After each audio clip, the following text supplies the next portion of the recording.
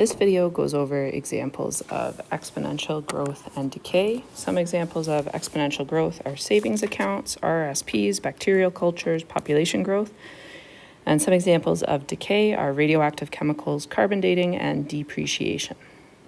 So in general, we're going to use A equals A naught times B to the exponent x. We can model every equation using this formula. A is the future or final amount. A naught for starting or nothing is our initial amount. B is the growth or decay amount, and X is the number of growth or decay periods. So if we have a bacteria culture that is doubling every 20 minutes, how long will it take for a culture of 30 bacteria to grow to a population of 31,457,280? So we know our equation is going to look like this. Our A value is our future value. That is the large number, the final population. We know that our initial population is 30. We know that our doubling rate is 2. And we are looking for X. We're really trying to figure out how long it is going to take. So if I plug those numbers in,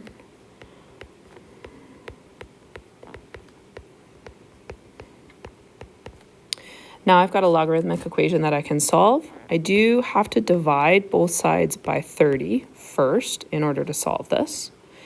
This is going to give me still a very large number.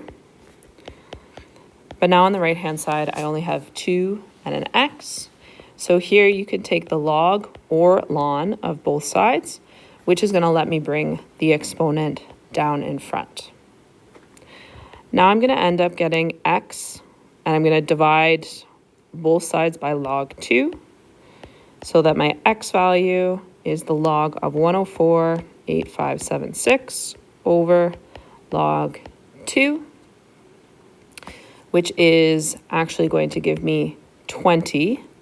This 20 represents the number of growth periods that have happened. Each growth period is 20 minutes. So to find our total time,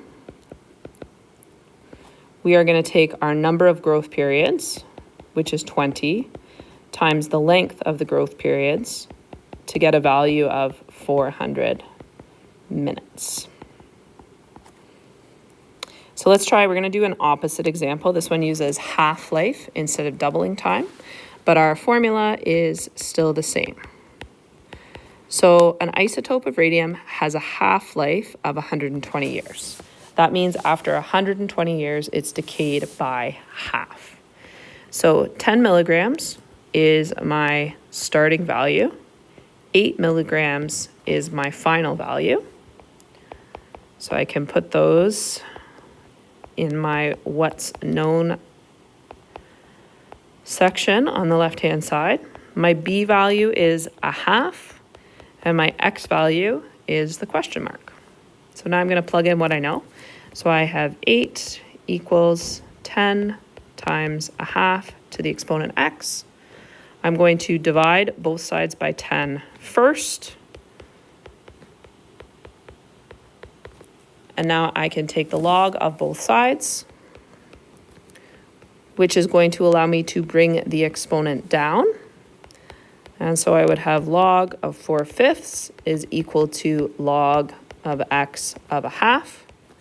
And now I can divide both sides by log of a half, and then use my calculator to get my final answer for x, which is approximately, you can use 2 squiggles or an equal sign with a dot.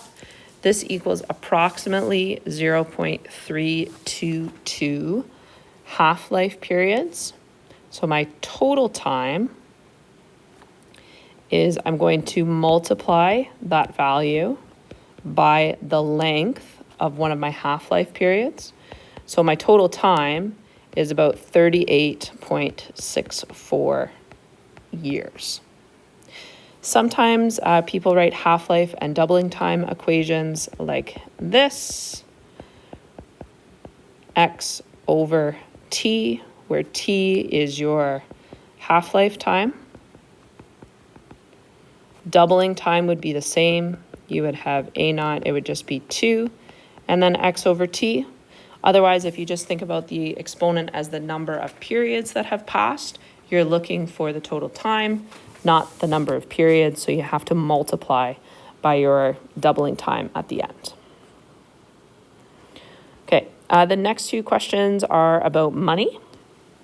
And so this one says that a car depreciates, that means decays or loses money by 15% per year. If a new car is worth $32,000, how long will it take for the car to be worth half of its original value? So my equation is the same. And I can write in what I know on the left-hand side and what I'm searching for. I know that it's losing 15% per year. So that means that my decay rate is 1 minus 0.15, which is 85% or 0.85. The car keeps 85% of its value. I know that I'm starting with the car being worth $32,000. And I'm looking for when it's half of its original value. So that means I want my final value to be half of 32,000, which is 16,000. And I'm looking for the time. Since it depreciates per year, my number of decay periods is per year, so that matches the unit of my exponent, which means I don't have any additional multiplication to do. So then I would put in what I know. So I've got 16,000 is equal to 32,000 times 0.85 to the exponent x. I'm going to divide both sides by the initial population, or the initial value, which then is going to get me 0.5 is equal to 0.85 to the exponent x. Just like before, I'm going to take the log of both sides, which allows me to bring the exponent down. Now I've got log 0.5 is equal to x log 0.85. Now I can divide both sides by log 0.85.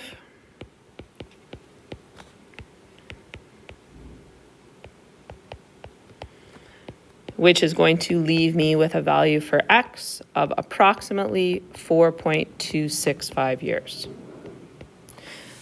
The last one that we're going to do is a money. If you are investing, this is compound interest. And so here I'm going to start off by setting up my equation the same as before. So I've got a is equal to a naught b to the exponent x. I'm going to write down the values that I know on the left-hand side and then substitute them into my equation. So the question says, how long will it take for $3,000? So that's my initial amount. I'm investing at 5% per year. So that means that my money is growing at a rate of 5%, so 1 plus 0.05.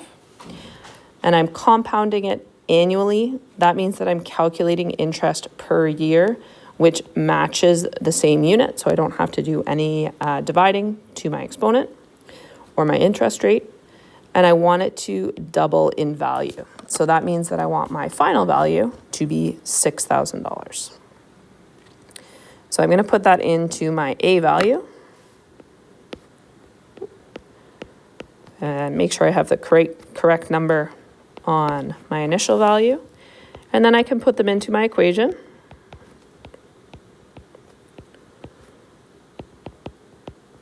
And then I'm going to follow the same approach that I did for the other three. The first thing I'm going to do is divide both sides by the initial value. I do have to do that first. This is going to give me 2. Now I can take the log of both sides, which allows me to bring down the exponent that is in the x. So I get log 2 equals x log of 1.05. Now I can divide both sides by log of 1.05.